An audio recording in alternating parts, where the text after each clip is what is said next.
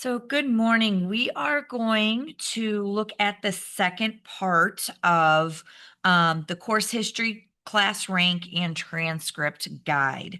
Back in December, I went through course history, manual course history entry, and talked about transferring and so forth.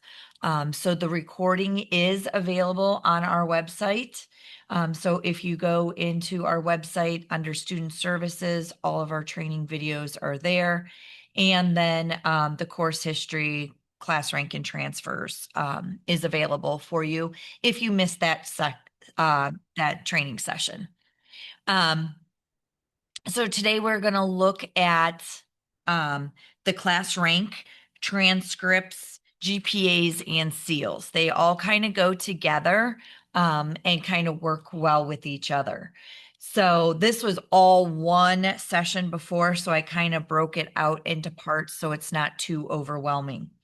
So if you are in the Learning Center, you can search for course history, class ranks, or it's under student information. Believe it or not, it is not a procedural checklist. If you scroll down just a little bit under courses, the course guide is the overview guide is right there. So that is what we are going to be looking at today. Also from the student information page, if you look all the way down at the bottom under documents, there is one called Transcripts, EMIS and Seals. Oh my. I am going to be updating that. I realized that it hasn't been updated with the new wording. They now call it graduation tracking instead of the graduation points. So I missed that. So I will get that updated and reposted, but the information or the content is still good. So let's go ahead and get started. So just looking at things and understanding, like I said, we already talked about course history. So I'm just going to pull up a student in context. We're going to look at Corey. He's going to be our main person today. If I look at under student, course history, and then the student's course history. These are all the courses he has taken, whether they've been scheduled to him through student information or they were transferred in from the Career Center, or maybe they were taken through CCP or through the ESC with a IB or AP class. So this is the course history. So now we want to really look at our ranking, our GPAs, working with our transcripts and our seals. So one thing to remember that we can have this course history up to date as much as we want, but that does not automatically update the GPA and the ranking for the students. So I'm going to go back one level to my course history menu. So again, I'm in students or SIS student in course history. There's only two options in the course history menu. It's the course history, which we just looked at, and then the GPA history.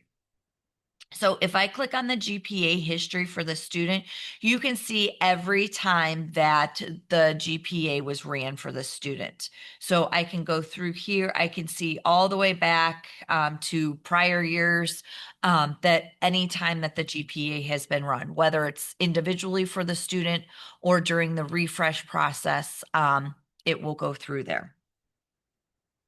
So we're going to look at a few things with our GPAs. So I'm going to go into my GPA Set Maintenance.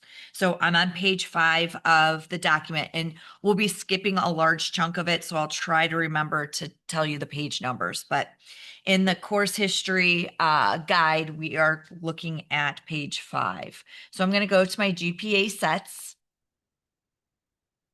And these are, excuse me, these are the different GPAs that I have. So, and this is pretty common. We have our 9 weeks GPAs because you're calculating those GPAs, maybe for honor roll purposes, awards, things like that. Some districts have an awards, so it doesn't have all 4 quarters. It will only have 3 quarters because the last quarter's not over yet, and they do awards prior to that. So that's an awards. And then many schools, not all schools, but many schools have two different cumulative GPAs. One is the regular cumulative. So it's just the straight 4.0 scale based on your marks and your grading scale set up for your district. And then some districts have a weighted GPA. So it might be a 5-point scale, could be a 4.5 scale, whatever your district has decided, that would be the weighted. So on the screen, a couple things. If there's something that you are no longer using, maybe you're no longer using this for awards, you can click on the trash can and it will remove that GPA set. The pencil allows us to edit. We'll come back to that here in a few seconds. And then you have the GPA set. You can see here that my first 9 weeks GPA has not been refreshed since October 15th of this year.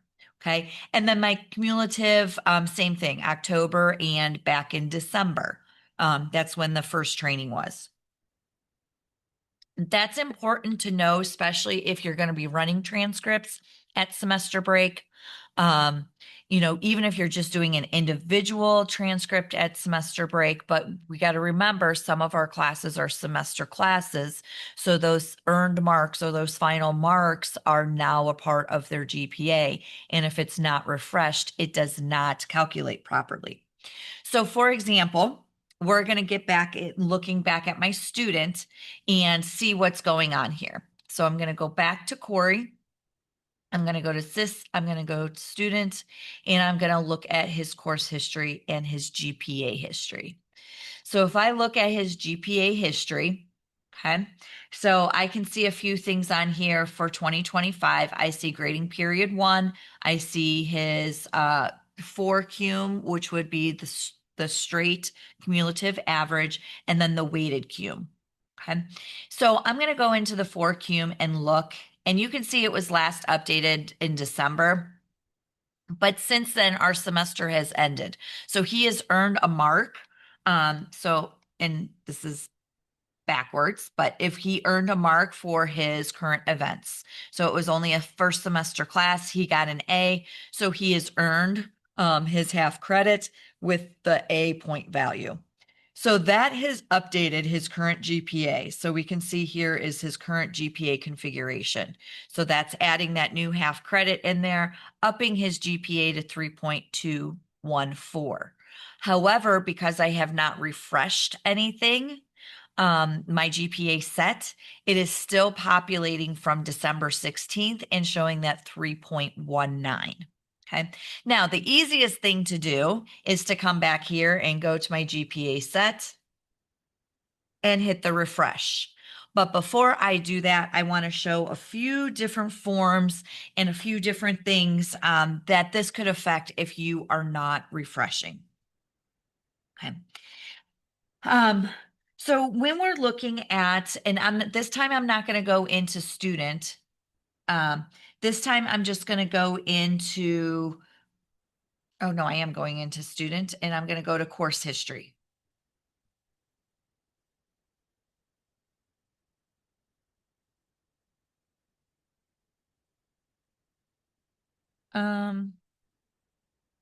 No, I'm going directly to course history. I'm confusing myself. Sorry. So I'm going to go directly into course history, not for a specific student, because I want to now see their ranking. So when I'm looking at that, you can see I have two different menus. I have the student's course history menu, which is going through the student and then course history, or my student GPA rank. So if I click on that, it is now going to bring up a box that allows me to look at the GPA and ranking for a specific grade level. So if I want to look at, let's see, my cumulative 4.0 average for my 12th graders, because that's where Corey belongs, I'm going to click on view. So it is now going to rank them. So you can see I have my rankings, and it is in order by rank, but I can change and make any of these a sort column. And then you can see my GPA. So we're going to scroll all the way down until we see Corey. And you can see here is Corey, ranked 28th, based on the 3.19. That is because that GPA set has not been refreshed. Okay. So if I click on the little details here, that is going to take me into his GPA details. So again, I can see when it was last refreshed, what that GPA was, and then I can see, oh, he should have been higher than that because it has not been refreshed. Okay. Now, before I refresh it again, so if I go back, this is just basically an on-screen view. You can see the GPAs, you can see the ranking, and etc. So there's a report that you can run if you're ready to print this. So you want to see it in paper. It is the R325. So if I look at that, this is our GPA ranking. So I'm going to look at my 12th graders for my active. I am looking at the GPA Set cumulative 4.0 scale. Okay. And then just like the last screen for my GPA and ranking, I'm going to sort it by ranking and then by student name. So it's going to look the same as what we just saw on screen, except that it is going to be available for you to print. So if you need to share this with somebody, you need to make highlights, you want to check on students, whatever, you have this available. There it goes. Okay. So then we can see here, we have all our students. It's by, it's ranking them. And then if we look down here, here is Coriander. He's with that 3.19, still without it being refreshed yet. So we're still seeing that incorrect GPA, but it's still showing that he is ranked 28th. So now it is time to refresh that. So we're going to go to our GPA set. We're going to go to our CUME and we are going to hit the refresh. Very important to do this anytime that you are going to run transcripts, anytime that you're going to run any of these reports so that you know that it is up to date, because a lot of our tickets come in saying that the GPA is incorrect. They might have ran it yesterday or 2 days ago, but something has changed since then. So it's showing the incorrect one. So you'll notice that this does not auto refresh the screen. So I can click back on GPA set to refresh, or you can also look in your management screen and it's going to show when it's been completed. Okay, so this is something that goes to the report management when it's been complete. So I know that's been up to date. If I hit my refresh here, I can see that it is now current. So let's go back and look at, well, let's look at him as a whole. So I'm going to go to student information. I'm going to go to student course history. I'm going to look at his GPA history. And now if I'm looking at his 4Q, it's been updated to 3.21. If I click on that, it is going to show that it's based on the current configurations and then the last time it was updated, and they now match. Okay. And then the same thing if I ran any of my reports, if I go to my course history here and look at my class ranking for 12th grade. And then now we can see that Coriander,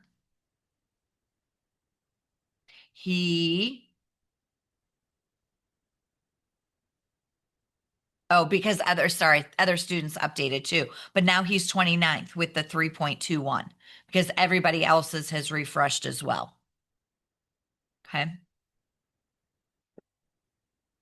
So let's look at our GPA setup. Okay, so this is not in the document. There is a procedural checklist for your GPAs. If you're interested, I'm not going through the entire procedural checklist. I just kind of took some screenshots for myself so we can kind of go through them. But in here, there's one called GPA. So let's look at our GPA set. And I'm going to stick with that cumulative 4.0. So when we're looking at these, a few things. Okay. So usually your transcripts contain the cumulative GPAs, which are earned marks. So you can see over here that they're earned. Okay.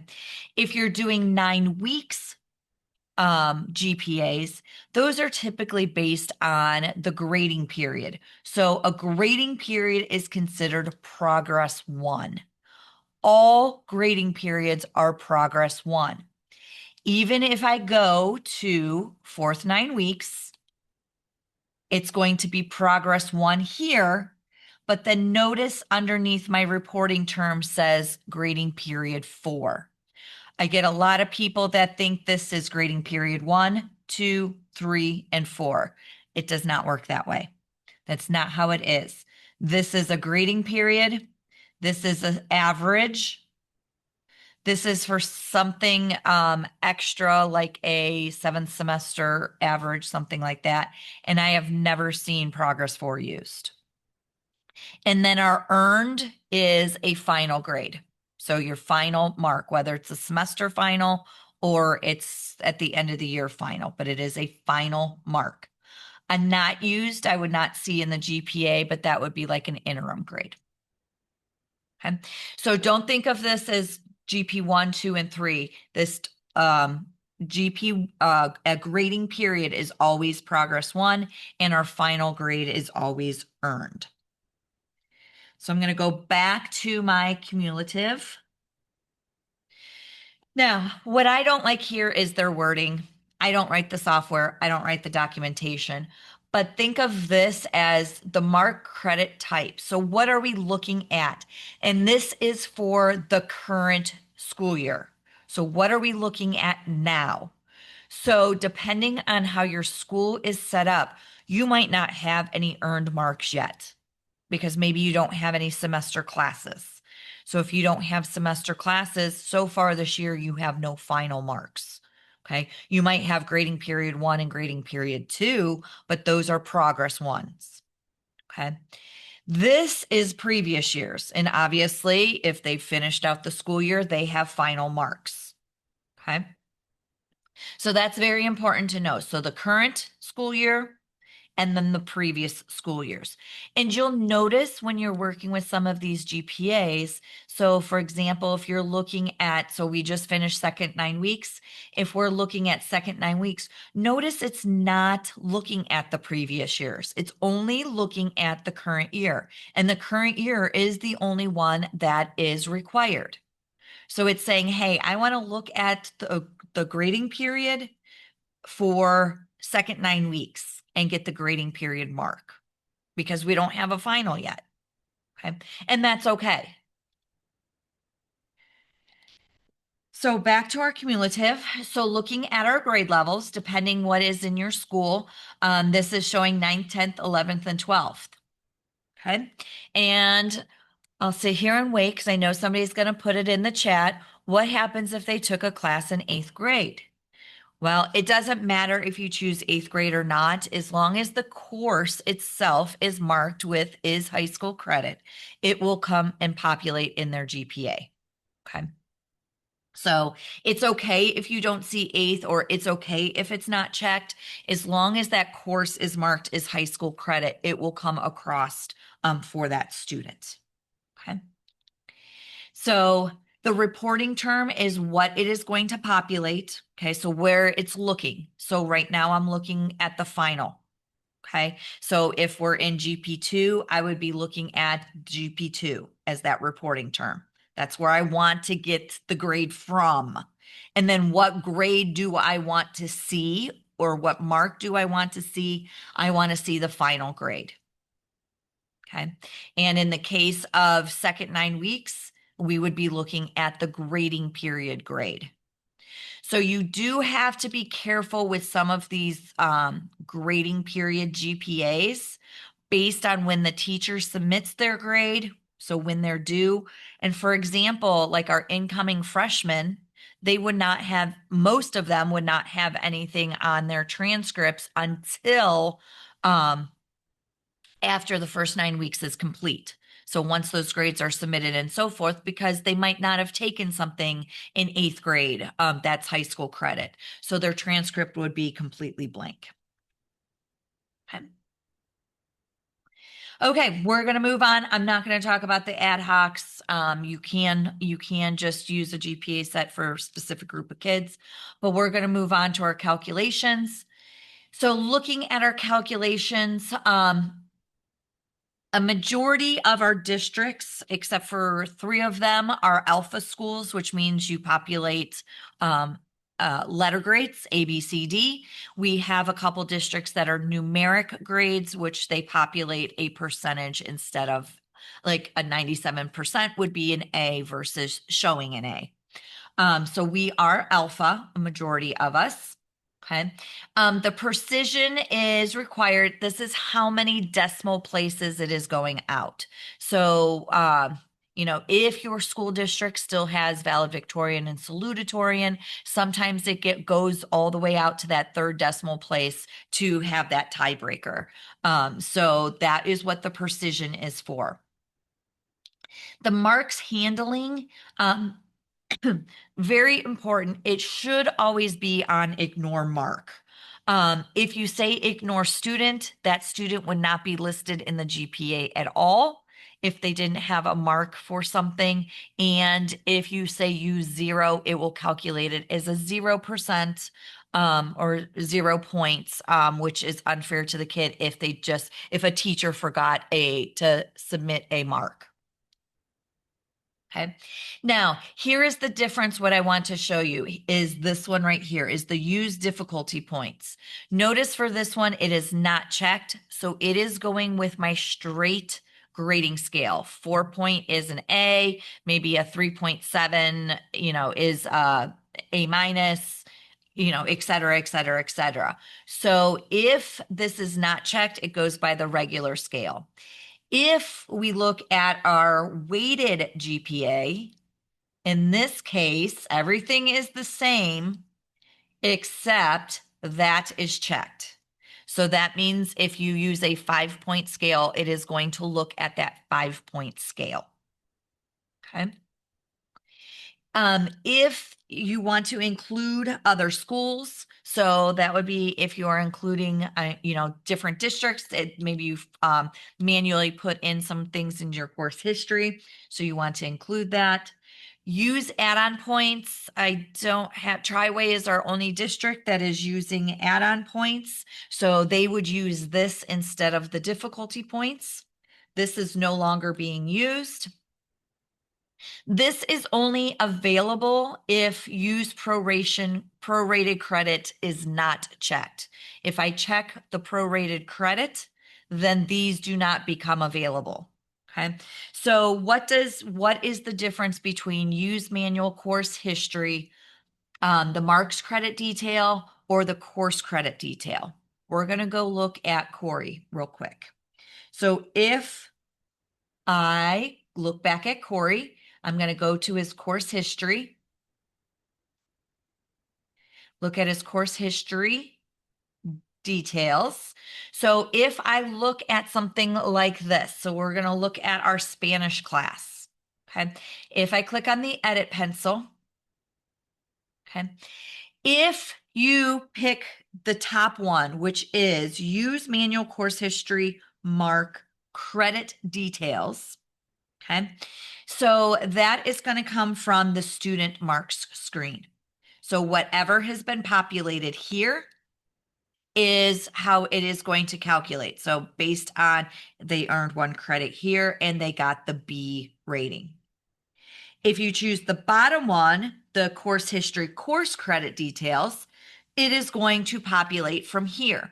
So the credits attempted and then whatever grade they got from here.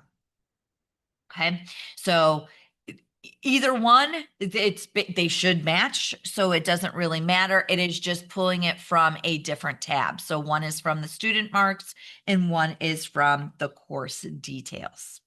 That is the difference. And I think a majority of people just have it default to that top one. Okay. So that is our calculation.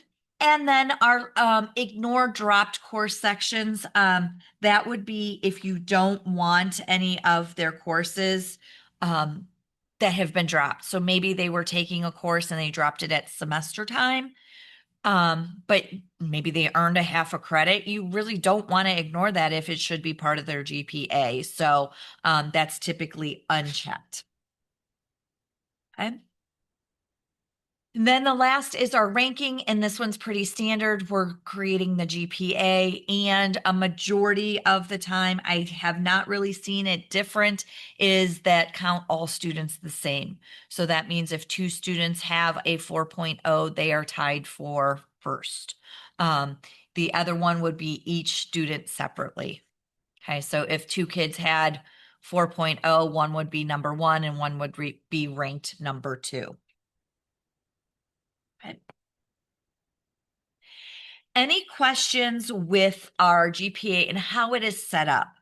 So now would probably not be the good time to be adjusting, but since some of our schools are starting to do the SYI process for 26, 27, you can start looking at them for the future school year to see if anything needs to be updated, adjusted, etc. Okay. So now I am ready to start looking at my transcripts. So we have our GPA ready. We are looking at our GPA set. We know that we updated it. Okay. If you have multiple guidance counselors in your building, you might always want to just refresh real quick before you do something to make sure nothing was changed in between. Okay. So now we're going to start looking at, we're skipping all the way to page 29. And we are going to look at our transcripts. So this is our R702.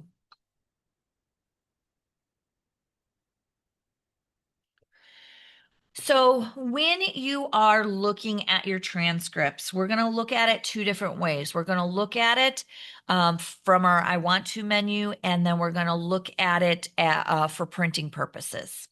So what I mean from my I want to menu, if I go to my student in context, I click on the drop down menu, I have the option to print a student transcript. And then you can see here that I have different transcripts that I can print.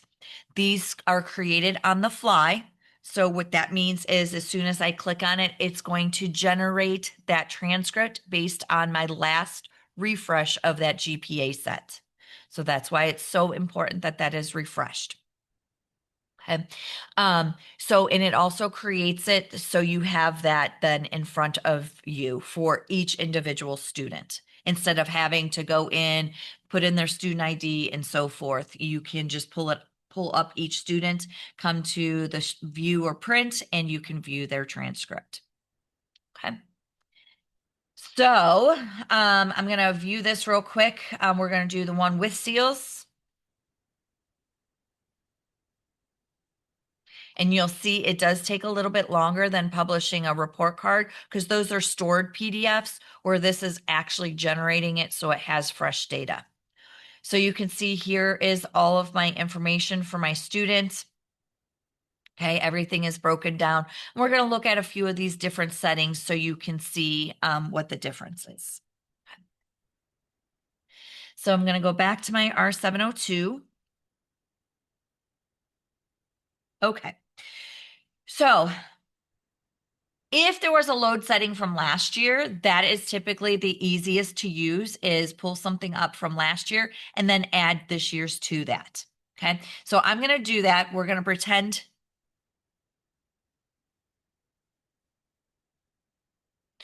Yes, good point, Brenda. Yes, that's a great thing. So if the drop down doesn't have the option for the I want to, it's not a ticket. It's something that you have to set up. And I'm going to show you right here. So you can see that, for example, Rebecca's load setting here does not go on the I want to menu, but mine do.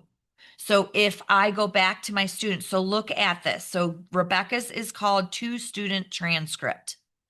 If I go back to my student and I click on that and say view the student's transcripts, notice that to student transcript is not there because it was never selected to go to the I want to menu.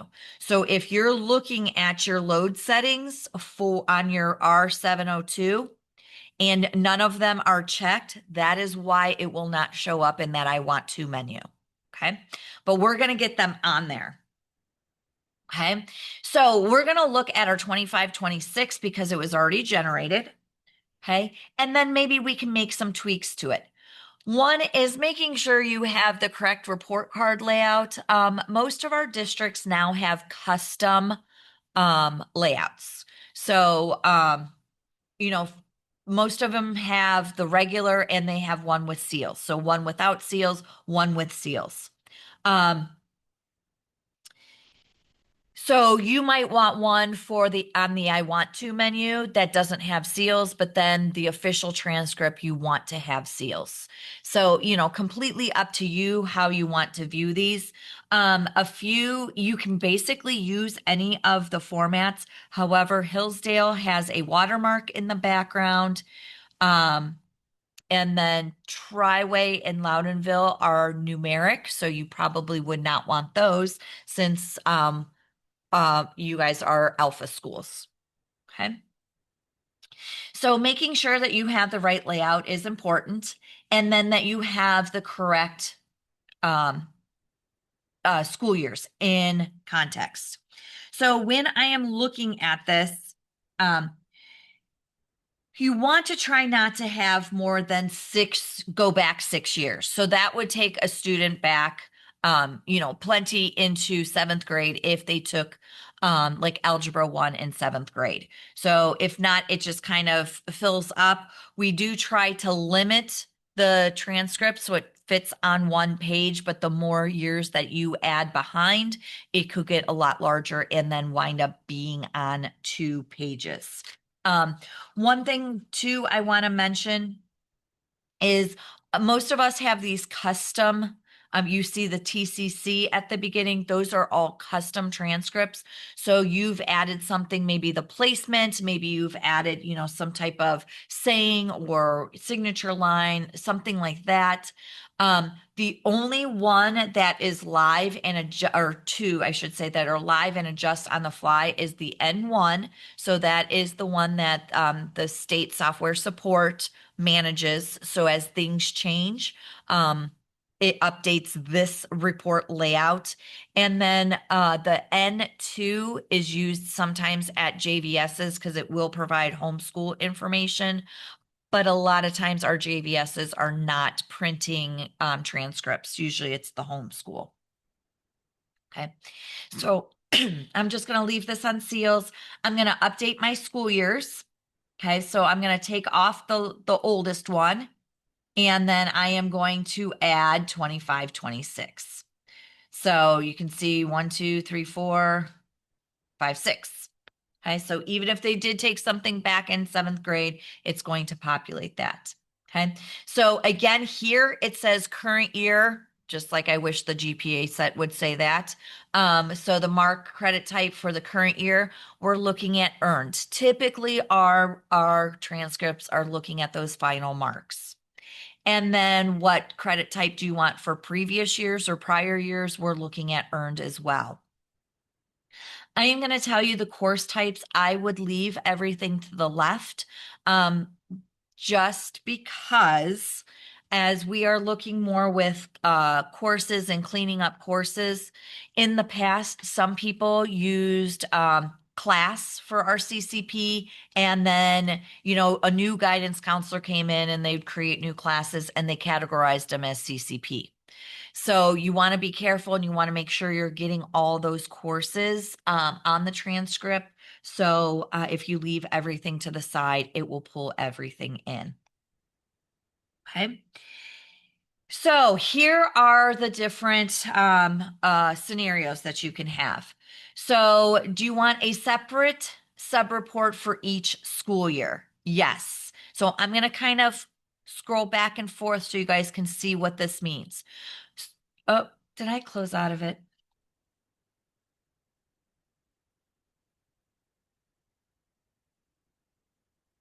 Oh, you know what? I did that on the from the I want to menu. Let me just pull one up here and we can talk about it.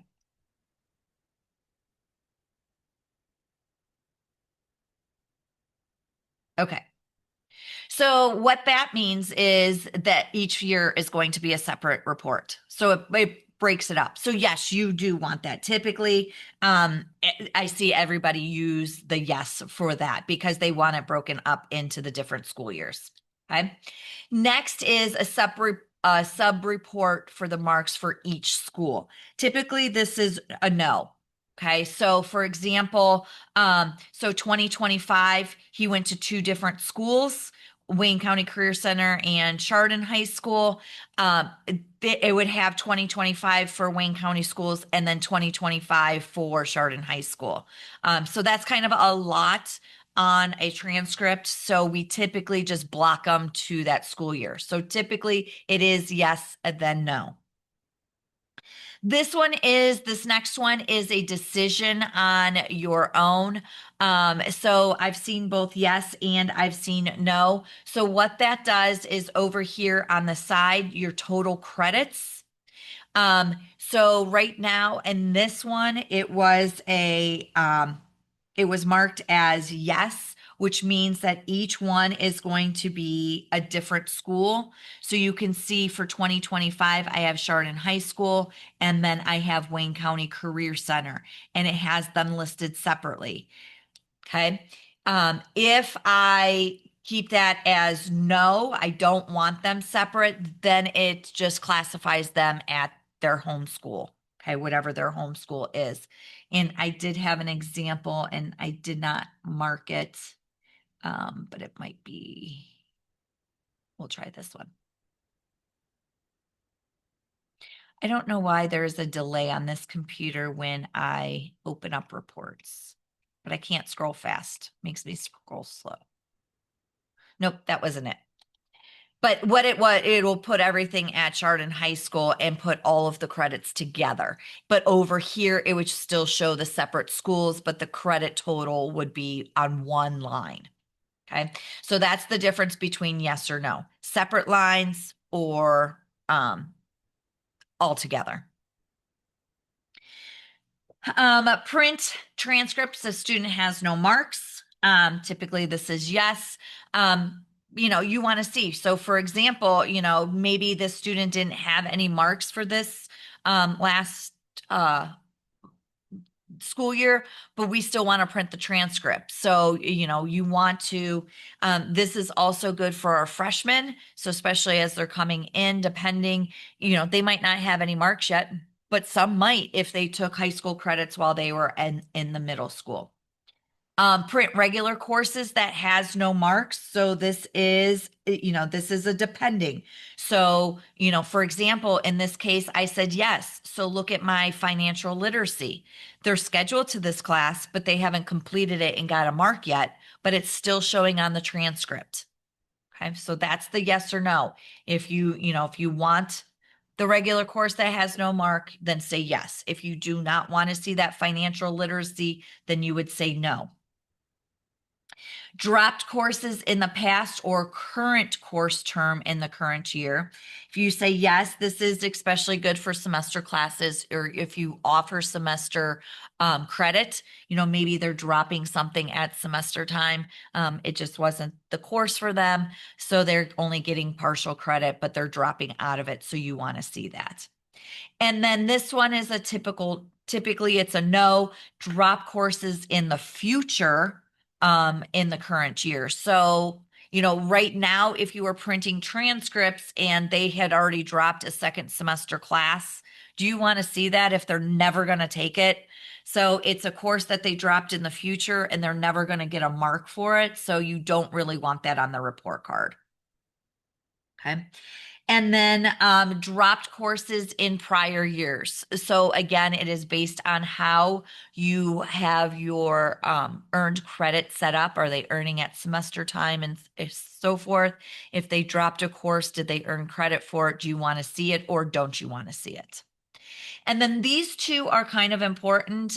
This, especially this one, the bottom one is the one that I talked about earlier, that I said, even if a eighth grader takes Algebra 1, but that course is marked as is high school credit, and this is marked as yes, it will show on their transcript. Okay. If you mark this as no, you will get middle school and elementary courses, or you could get elementary and middle school courses. So just be aware of that. All college, high school credit courses should have this marked on the course itself. The update history flag. So this is typically a yes as well. So this is showing those courses that are marked for update history that it will populate on the transcript. Okay. So those two should be yes, because we're trying to pull in those high school credits or the course that has been put in course history so that it is correct on that transcript. Okay. Now, this is where we're going to have a couple little changes. Okay. We're getting into the GPA sets. So I am setting this up so this can go on my I want to menu. Okay. So in this case, I'm setting this up because I want it to populate for my I want to menu. I want it to look at the CUME, the straight CUME for my current school year.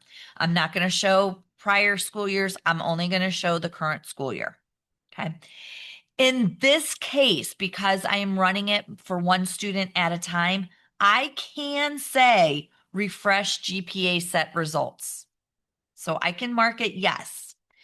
But typically later on, if you are running this for the entire high school, you're going to want to refresh the GPA set from the GPA set maintenance screen, not from here, because it will air out sometimes and it will take a lot longer to populate your transcripts. But if you're doing one at a time on the I want to menu, this is okay. So then the school years for attendance, I need to add my 25, 26. So, and in this case, I only want to go back 4 years. I don't want to see any attendance prior to them being in high school. So that's only going to show 4 years. Okay. When is the attendance cutoff date? We're going to say the end of the semester was, we might want to get to 2026. The end of the semester was the 16th. Okay. So then if we're going through here, where's my attendance? Oh, here, right here, show external absences. This is if this would show JVS attendance if you have that district trust set up and you see the JVS attendance through there.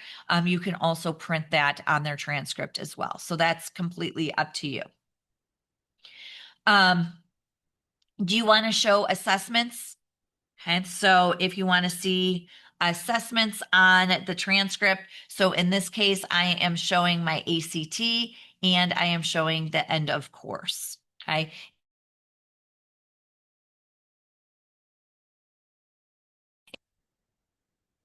And you can pull those in as well. So all of these we're going to leave as is. The graduation eligibility, this has to be set up in the back end. I am having a whole training on this in March, but this will also show the credit summary report. If the credit summary report is available for the report template or report layout that you use for your district. Student status, you might only want to run transcripts for your active and maybe your non-residents, maybe not everybody. And maybe you don't want to run it for your JVS students. Maybe you only want to run it for your JVS students. So it depends who you are running this for, if your student status is going to be brought over or not. Typically, less is more. So our homerooms, our programs, counselors, things like that is all left to the left-hand side, which means it will look through all of them. Now, some of our bigger districts, if you have multiple counselors, maybe you do want to say, okay, I'm going to print for counselor A, here's for counselor B, and here's for counselor C. And then again, typically our special ed and our membership codes, we're just leaving over because we don't want to miss a student. You do have the ability to use an ad hoc group. We're going to leave it as is. This one, again, is a district decision. If this is checked, if there is a called name in their profile page, it will print the called name. So for example, if you have a Timothy and he goes by Timmy, it would print Timmy on the report card. If this is left unchecked, it will use their legal name, so it would print Timothy. So if this is the final transcript that you are giving to the students, I would suggest not having that checked so it has their legal name on it. Since I'm going to put this on the I want to menu, I am not going to put in any student IDs. I'm going to leave that blank. Okay. And then the homeroom date, we just have to make sure that the homeroom date is attending day for the students. So if I look at this, then it says show building or district admission date. So you can pick if they're admitted to the district or admitted to the building, their latest admission date or their earliest, and then their building or district withdrawal date.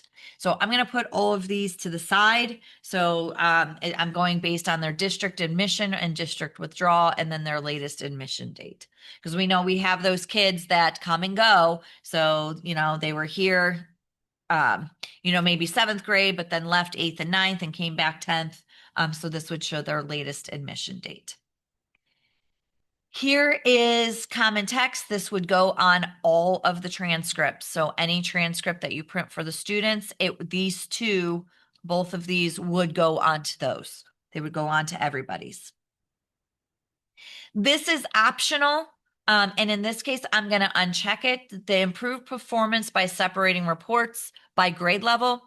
If you do have this checked, then you do have to pick what grade levels you want. Maybe you only want 11th and 12th. That's fine. You can do that. It's just going to separate them in between. If you leave it unchecked and pick their transcripts, you're not going to see a break between grade levels. It will just flow from 9th right into 10th to 11th, etc. Okay. And then if this is checked, it will automatically filter them, show all 9th, all 10th. If you have this unchecked, it's going to go by the sorting options here. Okay, so I have grade first, so it's going to look at 9th, all of 10th, all of 11th. But if you have it by student, it's going to go alphabetical no matter what the grade they're in. Okay. But in this case, I'm just going to leave that as is because when we're looking at the I want to menu, it's going to populate for that individual student. I am not going to hit submit because I want to get this onto the I want to menu. So instead of clicking submit, I'm going to scroll all the way up to the top and I'm going to click on load settings. Once I'm in load settings, I'm going to type in 25, 26 seals because I included the seals. Now notice it's marked as private. And it does not allow me to check the I want to menu. I'm going to uncheck this and I'm going to check the I want to menu. Okay. So now when I hit save, okay, so here's my new one. And if I go to my student in context, click on my drop down, view print, here is my new one. So when I click on it,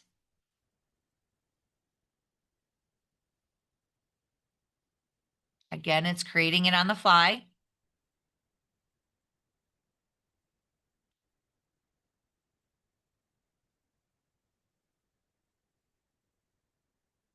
It's really taking its time creating it on the fly.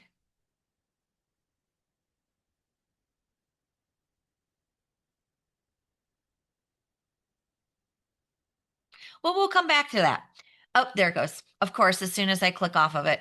So here it is. So based on all the settings that I had, it generated that transcript for me to print or just to view. But here are all those school years that I asked for. The schools are all combined into one school year. Okay. I had them all grouped together. So it's just showing the total credits over here. No matter, you can see that he went to 3 different schools, but it's only showing at my home school. It is showing the attendance, his cum GPA, his ACT scores, and his end of course assessments. Okay. And then you can see here's the admission dates, withdrawal date, et cetera, et cetera. So that's that information right there at the bottom that we picked as well. Okay. And I did include the seals, so all of my seals are populating. So now that we have that GPA, the load settings created, okay, let's go back to our R702. The nice thing is with these, and I'm going to delete these, you can only delete your own. Okay. So, you can't go in and delete somebody else's. So if you notice you have a lot, maybe you have a lot in the I want to menu and you want to clean it up, you can put in a ticket to us and we can clean those out for you. We can, we can delete any, you just only can delete your own. So I'm going to delete that old one. Okay. So now the nice thing with this is I have this created. Okay. Now I can come in and make adjustments. Okay. So maybe I want something else. Maybe I do, in this case, I do want it separated. Okay. So I'm going to say, yep, you know what? Create separate rows for each of the different schools. Okay. Maybe this one I want the cum and I want the weighted. I want both of them on there. Okay. If I'm running it for multiple students, I would make sure this is at no. Okay. And then maybe I just want to run this for one specific kid. So I just want to run this for Coriander. So I can come down here, type in his student ID. Maybe I have 2 students. Okay, so I'm going to print it for those 2 students. And this time I'm going to hit submit. I'm not going to save it. I don't want to save my changes. So I'm just going to hit submit. And then we can look at our transcripts to see what the differences were.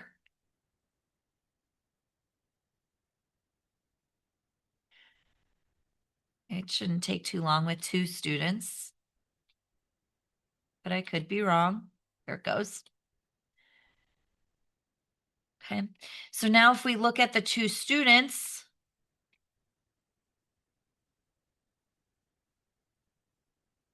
okay, so those different things. So I said, yes, I wanted them separate. So here's the TCCSA high school and here is the ESC.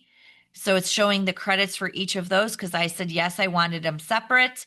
I also wanted the cum and the weighted cum on this one. So you can see those have populated here. Okay.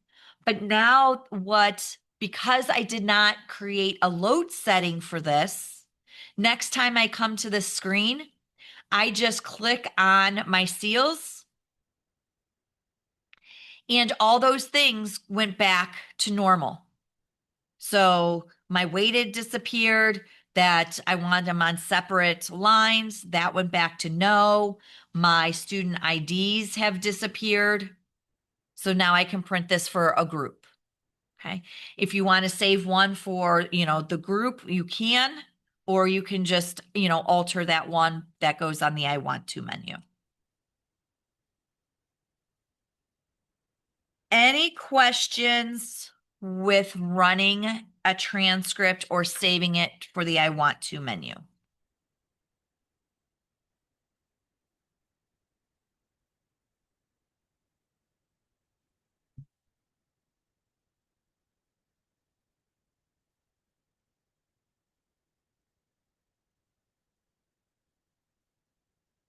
Okay.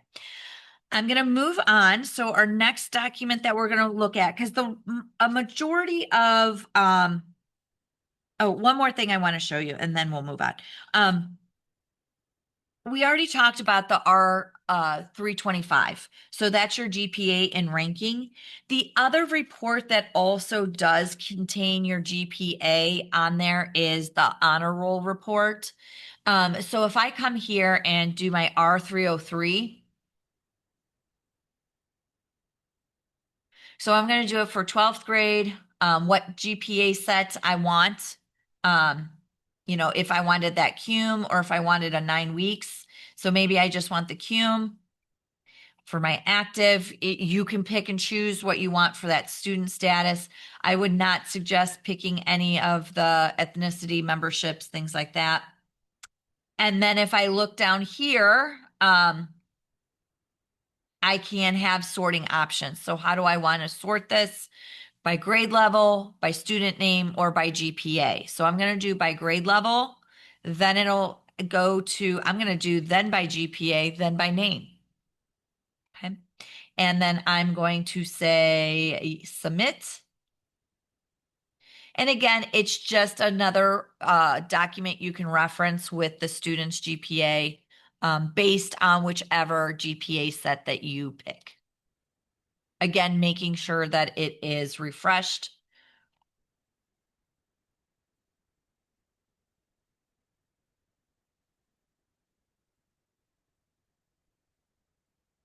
I don't know why this computer does not like these.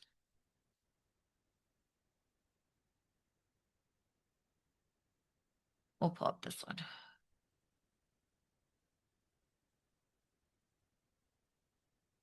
Okay, so here's one for Corey.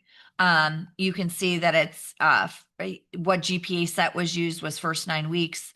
It is in the merit roll, and then it's showing his GPA based on this GPA set.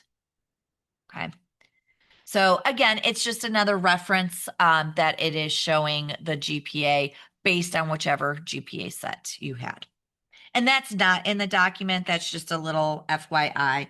The rest of the document from 42 on shows some of the different report layouts for your transcripts, including the N1, which again is the one that is updated by state support. So if you are using that and you save that in your load settings, if they make a change, it automatically happens to yours. That's why a lot of our districts have gone to custom, so things don't automatically update. Okay.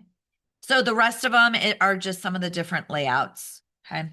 But you can look at all the other district layouts as well. And say, for example, I know Scott's on here, they're at Hillsdale and he sees Sherry's at Waynedale and he goes, oh, I like the placement of where they put their seals. We need to have ours updated. That's a ticket. And then we can update your transcript. Okay, I'm going to close a few of these windows, except for that one. I wanted that one still up. We're going to start looking at some of our seals. So looking at seals, it populates from the student exemption screen. So there's a couple things that need to happen for these seals to populate. So you can see here, this is Corey. He's an overachiever. He has 6 seals, but I just want you to be able to see how they generate. So And then we're going to pull up another student here. We're going to look at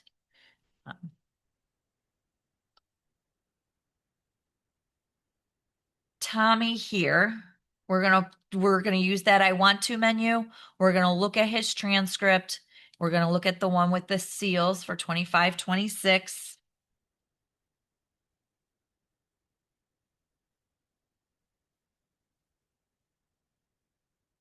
And we're gonna see that he doesn't have anything. So maybe he's working on his honors diploma, etc. But you can see there are no seals here for the student. So we need to start updating his profile to make sure everything is accurate. Now, when we were looking at the students, and again, this is part of this document, the transcripts, EMIS and Seals, oh my. When we're looking at the student, it used to be on their FN graduate tab. So I'm going to go into my student profile and then go to my FN graduate tab. And then you can see some of the information is here, such as my diploma type, if they've met their fine arts, if they're proficient in a foreign language, things like that. But notice I can't, not that you can hear me clicking, but I'm clicking. I can't change anything here because it is now in my student exemption screen. So if I look at my student exemptions, okay, so nothing has been updated for the student. Okay, so when I'm looking at this, if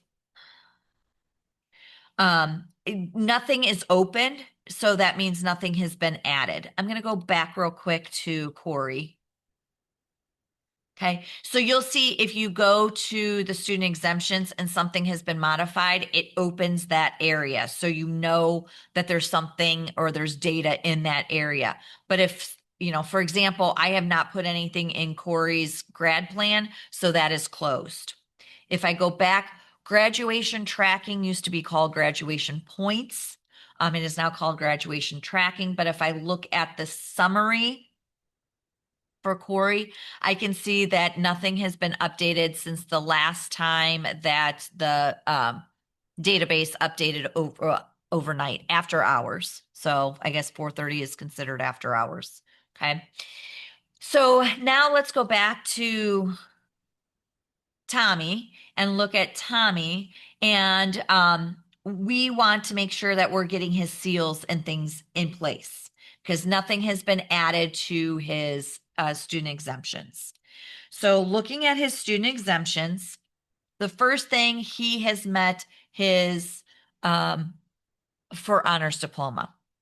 So we're going to make sure he's been taking CCP classes, AP classes, and he's met the requirements for an academic honors diploma. So with that being said, I am now going to click on update exemptions. So there's no save, it is update exemptions. If I do not click on this, overnight it will automatically update, but I want to force this now. So that's why I'm going to click on this. Okay. So then if we go back to our graduation tracking and go to a summary, if I look, you can still see he hasn't met any of his seals yet. But I just said he got an honors diploma, which is a seal. What I have to do, it's like a 2-click process. I have to update it on the student exemption screen. Then I also have to come here in order to check for those updates for it to pull in. So it's kind of like refreshing your GPA set. So we can see now that it's been refreshed since 10:04. And now if we look down here, he now has one seal and it's the honors diploma. So now looking at this blank one, now if I go back and I go to his transcript and rerun,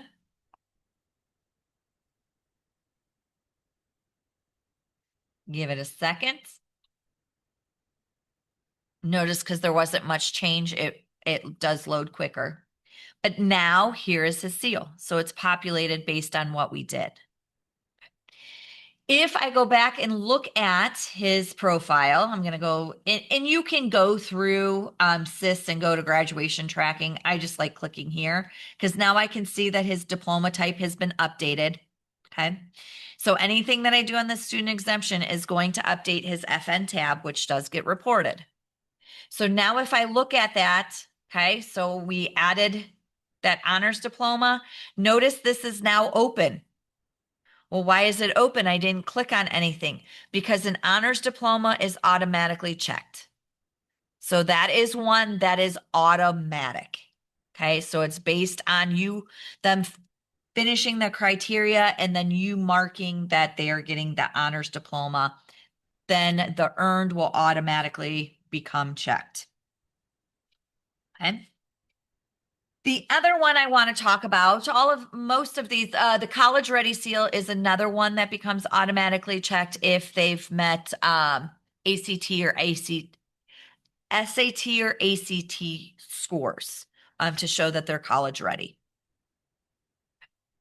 So our other ones are manual entry, including the one for the seal of biliteracy. But the seal of biliteracy, there are multiple things that you have to do for this. So it's just not a click and I'm done. Okay. Because not only do we have to mark that they got the seal of biliteracy, but we have to tell what language that they are bilingual in. So one of the things that I am going to do, and again, it used to be on the FN tab, but now it is in my graduation elements. This is my proficient foreign language. So this doesn't look, I don't know why. All these have the little drop down arrow. This one does not, but if I click on it, it's a drop down. Okay. So if I look at this and, Tommy is fluent in Spanish, I can start typing in Spanish and click that. Okay. So now it's showing, I'm going to say update. Okay. So if I go back to his FN tab,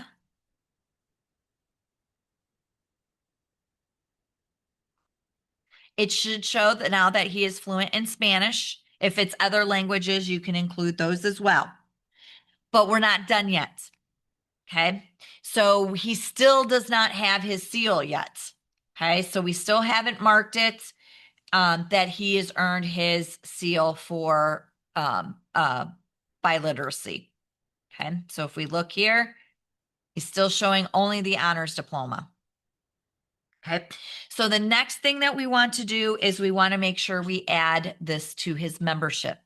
So he has to have a membership for the language because this does get reported. So I'm going to go into student, edit memberships. I'm going to add a membership to him. And it is the seal of biliteracy. So 60. And then it's going to ask me what language. So then I'm going to go through here. I'm going to find Spanish, his start date. So maybe it was yesterday. If there was a staff member, if not, you can leave it blank. It's not required. And then I'm going to hit save. So his membership code is there. So it'll get reported properly for EMIS that he is bilingual in Spanish. But if we go back to his graduation tracking, it is still not showing in the summary that he has the seal of biliteracy. Because there are so many languages, the system does not know, and it will not automatically check. So I do have to go back into, my grad tracking, my student exemptions, and this one is a manual check. So there are 3 things that you have to do in order for this to work. You have to mark it under your EMIS graduation elements. You have to give him the membership code for the proper language. And then you have to manually update that they earned the seal of biliteracy. And then make sure you click the update exemptions.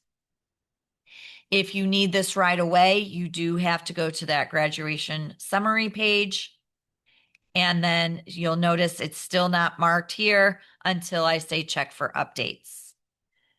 And then it will automatically update.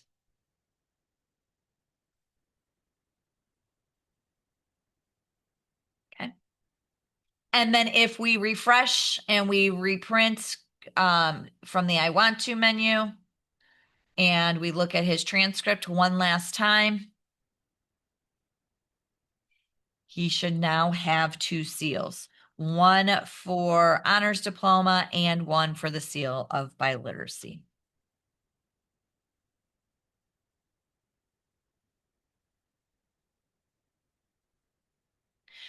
Are there any questions?